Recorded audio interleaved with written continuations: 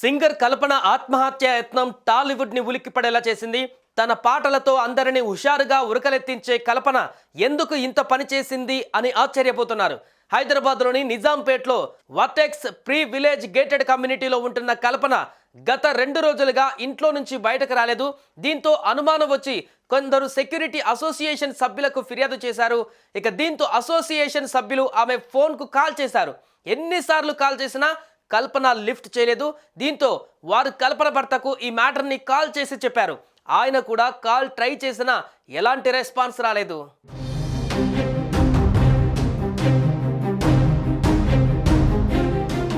అనుమానం బలపడడంతో అసోసియేషన్ సభ్యులు పోలీసులకు సమాచారం అందించారు. పోలీసులు వచ్చి కల్పన ఇంటి తలుపులు పగలగొట్టి చూడగా ఆమె అపస్మారక స్థితిలో బెడ్పై పడి ఉంది. వారు వెంటనే ఆమెను దగ్గరలోని హాస్పిటల్కి తీసుకువెళ్లారు. ప్రస్తుతం నిజాంపేట్లోని ఓ ప్రైవేట్ హాస్పిటల్ ఎంఐసియులో వెంటిలేటర్పై కల్పనకు ట్రీట్మెంట్ అందిస్తున్నారు. అయితే ఆమె ఆరోగ్యం పరిస్థితి సీక్రెట్గా ఉంచుతున్నారు హాస్పిటల్ సిబ్బంది. ఆమె ఆత్మహత్య యత్నం చేశారా లేక రోజు తీసుకునే మెడిసిన్ డోస్ పెరిగిందా అనేది క్లారిటీ వచ్చే వరకు గోప్యతని పాటిస్తున్నట్టు తెలుస్తోంది. కల్పన కోలుకొని బయటకు వస్తే తప్ప ప్రస్తుతానికి అసలు విషయం బయటికి రాదు. ప్రస్తుతానికి కల్పన ఆరోగ్యం నిలకడగానే ఉందని, స్లీపింగ్ పిల్స్ ఓవర్ డోస్ అవ్వడమే కల్పన ఈ పరిస్థితికి కారణంగా చెబుతున్నారు.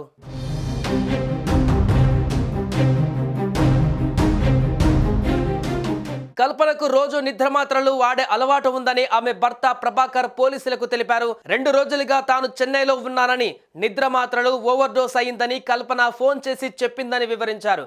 వెంటనే తాను దగ్గర వాళ్ళకి, చుట్టుపక్కల వాళ్ళకి ఫోన్ చేసి సాయం కోరినట్టుగా తెలిపారు. కాగా భర్తతో విడాకులు తీసుకున్న సింగర్ కల్పన బిజినెస్ మ్యాన్ ప్రసాద్ ప్రభాకర్ను రెండో పెళ్లి చేసుకున్నారు. ఆయన చెన్నైలో డెంటల్ సంబంధిత పార్ట్స్ బిజినెస్ చేస్తున్నారు. ప్రభాకర్ ఫిర్యాదుతో పోలీసులు కేసు నమోదు చేసుకుని దర్యాప్తు ప్రారంభించారు. భార్యాభర్తల మధ్య మనస్పర్ధలు ఏమైనా ఉన్నాయా అనే కోణంలోనూ విచారణ జరుపుతున్నట్టుగా సమాచారం.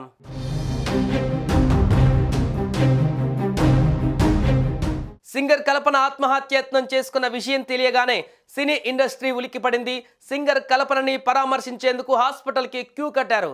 ఈ క్రమంలోనే ప్రముఖ సింగర్ సునీత కల్పన చికిత్స పొందుతున్న హాస్పిటల్కి చేరుకొని ఆమె ఆరోగ్యం గురించి ఆరా తీశారు.